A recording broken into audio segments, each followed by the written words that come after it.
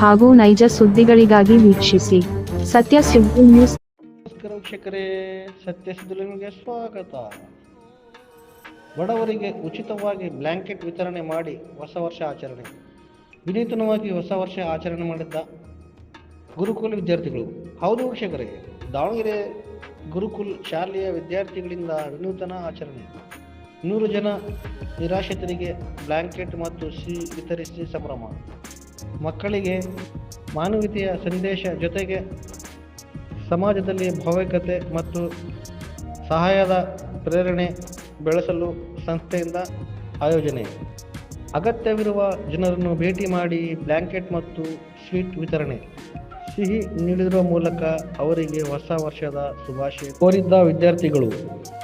ಈ ಸಂದರ್ಭದಲ್ಲಿ ವಿದ್ಯಾರ್ಥಿಗಳು, ನಿಮಗೆ ಏನು ಸಹಾಯ ಬೇಕಿದ್ದಲ್ಲಿ ನಮ್ಮ ಗುರುಕುಲ್ ಸೇವಾ ಟ್ರಸ್ಟ್ ಸೇವಾ ಫೌಂಡೇಶನ್ ಸದಾ ನಿಮ್ಮೊಂದಿಗೆ ಇರುತ್ತದೆ ಎಂದು ಹೇಳಿದರು.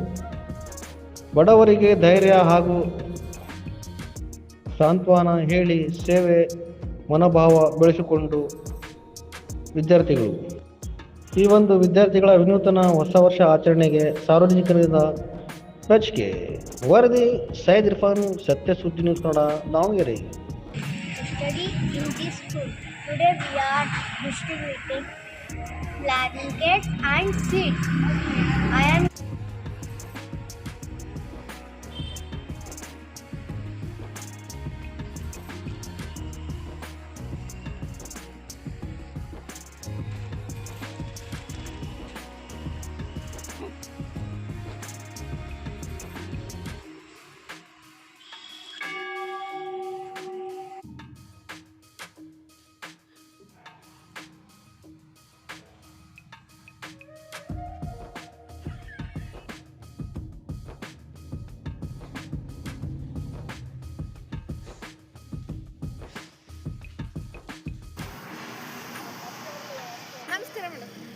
ನಮಸ್ಕಾರ ಮೇಡಮ್.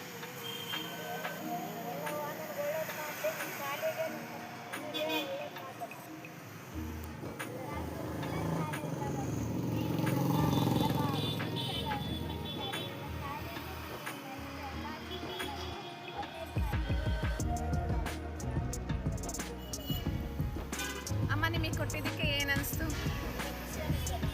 ಖುಷಿ ಅನಿಸ್ತಾ? ಹಿಂಗೆ ಬಡವರಿಗೆ ಕೊಟ್ಕೊಂಡು ಸರ್ಗಳೆಲ್ಲ ದೊಡ್ಡ ಮುಂದೆ ಬರಲಿ ಅಂತ ಆಶೀರ್ವಾದ ಮಾಡಿ.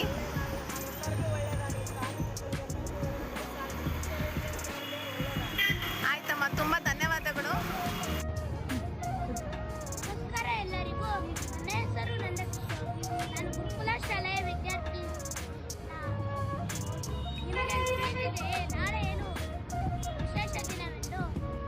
ಹೊಸ ವರ್ಷವೆಂದರೆ ಹರ್ಷ ತರಿಸುವ ಹೊಸ ವರ್ಷದಂದು ಬರೀ ಕುಣಿಯುವುದೇ ಸಂಭ್ರಮಿಸುವುದೇ ಇಲ್ಲ. ನಮ್ಮ ಗುರುಕುಲ ಶಾಲೆ ಹಾಗೂ ಗುರುಕುಲ ಸೇವಾ ಫೌಂಡೇಶನ್ನಿಂದ ಬಡವರು, ಕೈಲಾಗದವರು ಹಾಗೂ ಅಗತ್ಯವಿರುವ ವ್ಯಕ್ತಿಗಳಿಗೆ ಸಹಾಯ ಮಾಡುವುದರಿಂದ ನಾವು ಪ್ರತಿ ಹೊಸ ವರ್ಷ ಆಚರಿಸುತ್ತೇವೆ. ಹೀಗೆ ಮಾಡುವುದರಿಂದ ನಮಗೆ ಒಳ್ಳೆಯ ಆಶೀರ್ವಾದಗಳು ಸಿಗುತ್ತವೆ. ನಮ್ಮಲ್ಲಿ ಈ ಸೇವಾ ಮನೋಭಾವವನ್ನು ತುಂಬಿದ ಅಬ್ದುಲ್ ಆರ್ ಸರ್ಗೆ ಹಾಗೂ ಶಿಕ್ಷಕರು, ಪೋಷಕರಿಗೆ ಧನ್ಯವಾದಗಳು.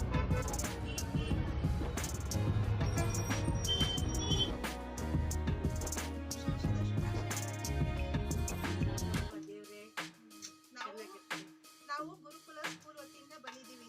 ಹುಡುಗ ಅದನ್ನೆಲ್ಲ ಹುಡುಗ ಸ್ಕೂಲ್ ವತಿಯಿಂದ ಬಂದಿದ್ದೀವಿ. ಇದು ಅವರೇ ನಿಮಗೆ ಕೊಡ್ತಾ ಇರೋದು. ಯಾಕಂದ್ರೆ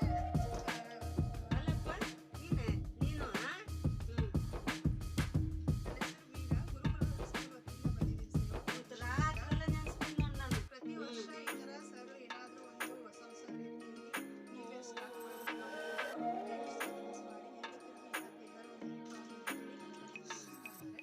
ಹಾಗೆ ಈಗಿಂದಲೇ ಮಕ್ಕಳಿಗೆ ಹೇಳ್ಬಾರ್ದು.